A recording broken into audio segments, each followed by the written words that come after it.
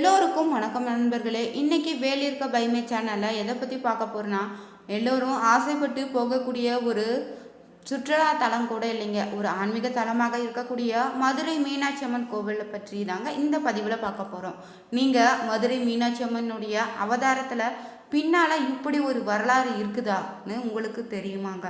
இது பற்றிய ஒரு சுவாரஸ்யமான பதிவு தான் இந்த வீடியோவில் கடைசி வரைக்கும் பார்க்க போகிறோம்.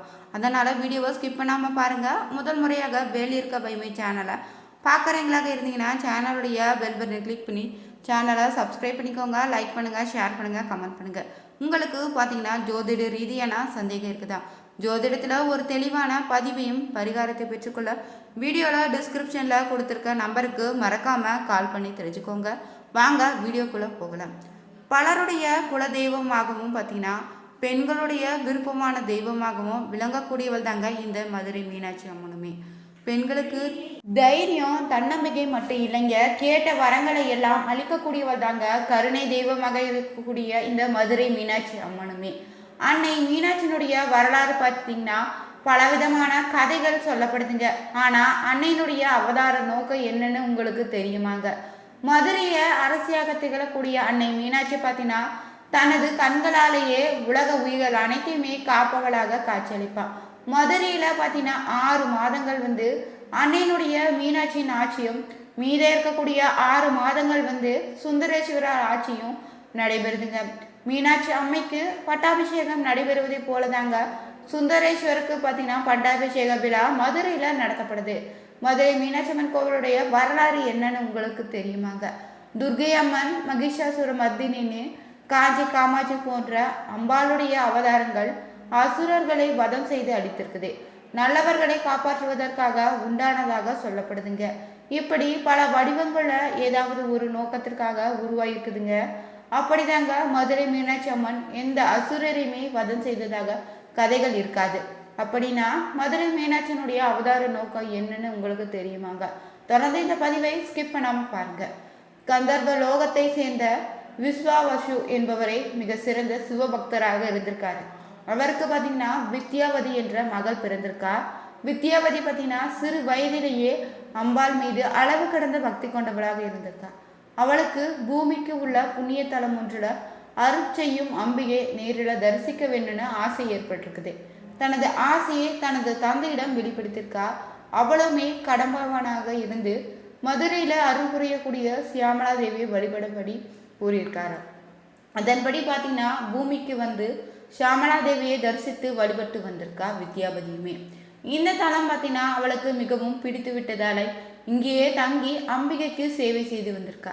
அவளுடைய பக்தியை கண்டு மனம் குடிந்த சியாமலா தேவியுமே 3 வயது சிறுமியாக காட்சி அளித்திருக்கா.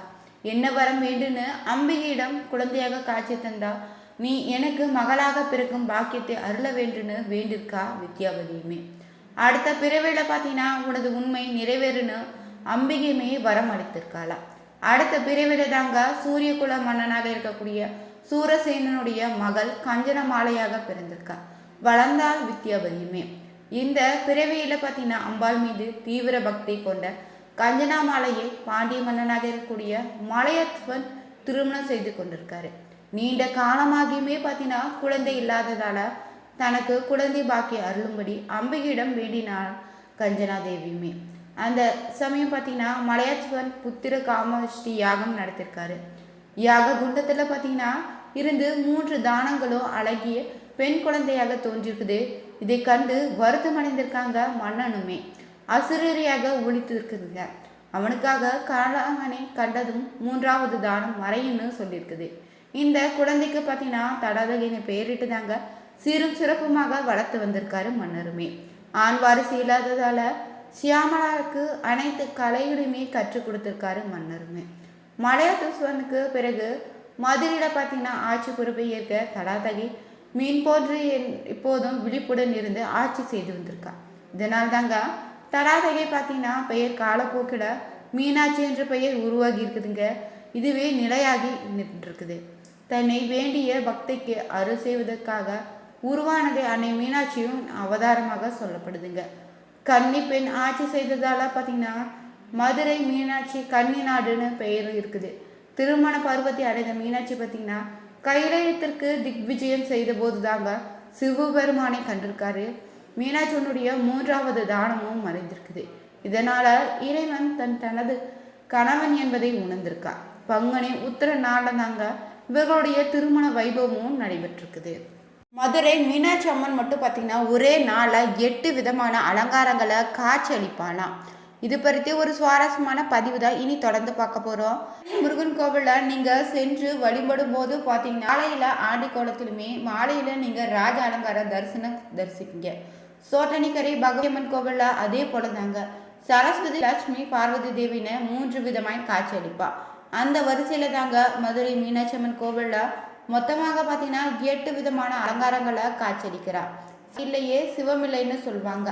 சிவனை உணர்ந்திருந்த போதோ சக்தி தலங்களில் விளங்கக்கூடிய ஊர்களில் சிவனின் ஆட்சியே நடக்குங்க. ஆனால் நீங்கள் பார்த்தீங்கன்னா மதுரையில் அன்னையுடைய கையை ஓங்கி இருக்குதுங்க. மதுரையில் அரசியாய் மீனாட்சியை ஆட்சி பெறுக்கிறார்.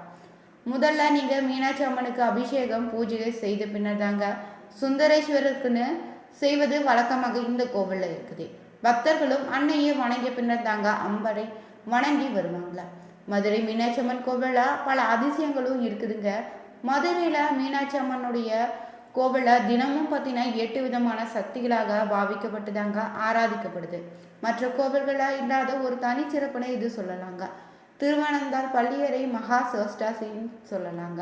இந்த கோவிலில் பார்த்தீங்கன்னா பாராத சந்தியில் பாலாபிஷேகமாகவும் 6-8 நாளிகளை வரையமிட்டு புவனேஸ்வரியாகவும் 12-15 நாளிகளை பார்த்தீங்கன்னா கௌமாரியாகவும் மத்தியானத்தில் சியாமலா தேவியாகவும் சாயரசீல மாதங்கி அம்மையனாகவும் மற்ற ஜாமத்தில் பார்த்தீங்கன்னா பஞ்சதசையாகவும் பள்ளியறை போகையில் மட்டும்தாங்க சிவஷ்டி காட்சி அளிக்கிற மதுரை மீனாட்சி அம்மனுமே.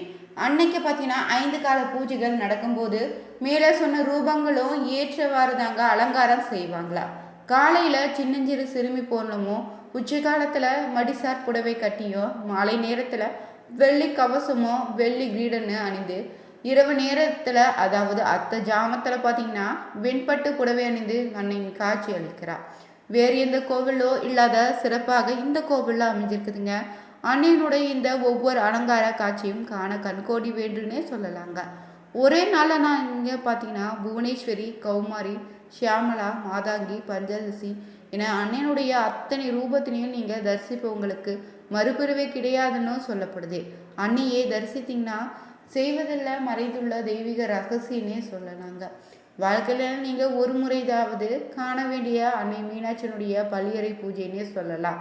எல்லா கோவில்களைப் போல தாங்க மதுரை மீனாட்சி அம்மன் கோவிலுமே பள்ளியறை அம்மன் சன்னதியில் இருக்குது. இரவு அர்த்த ஜாமத்தில் மாளிகை பூவால் கூடாரம் கட்டு வெண்தாமரைகளால் மீனாட்சி பாதங்கள் அலங்கரிக்கப்படுங்க. வெண்பட்டால் அம்மனுடைய அலங்கரித்து கிடைக்கும் அன்னையினுடைய திருக்காட்சி காண கண்கோடி வேண்டும்னு சொல்லப்படுது. இரவு பள்ளியறைக்கு பின்னர் தாங்க சுந்தரேஸ்வரது வெள்ளி பாதுகைகள் சுவாமி சன்னதியிலிருந்து பள்ளியறை வருதுங்க. பாதுகைகள் பார்த்தீங்கன்னா வந்த பின்னர் தான் அன்னைக்கு விசேஷ ஆரத்தி நடத்தப்படுது. உள்ளே இருக்கக்கூடிய பெரும்பாலான வண்ணம் பார்த்தீங்கன்னா வெள்ளையாக இருக்கும். அன்னையினுடைய மூக்குத்தி பார்த்தீங்கன்னா மிக தெளிவாக காட்சியளிக்குங்க. அதோடு பார்த்தீங்கன்னா 3 வகையான தீபங்கள் காட்டப்படுதுங்க. அதில் கடைசி தீபம் தாங்க அம்மனுடைய முகத்தில் மிக அருகில் காட்டுவாங்க. அவ்வாறு காட்டும்போது பார்த்தீங்கன்னா மிக தெளிவாக அம்மனுடைய திருமுகத்தை நாம் தரிசிக்கலாங்க. 3வது தீபாராதனைக்கு பிறகு பார்த்தீங்கன்னா அண்ணனுடைய சன்னதியில் திரை போடப்படுது. அவ்வாறு திரையிட்ட பின்னர் அண்ணனுடைய மூக்குத்தி பின்புறமாக தள்ளப்பட்டு விடுவாங்களா. இப்படி செய்த பின்னர் பார்த்தீங்கன்னா அன்னையினுடைய சார்பாக அன்றைய கட்டளைகளை பட்டார் ஈசனை வரவேற்று பள்ளியறைக்கு எழுந்தருள செய்வாங்க.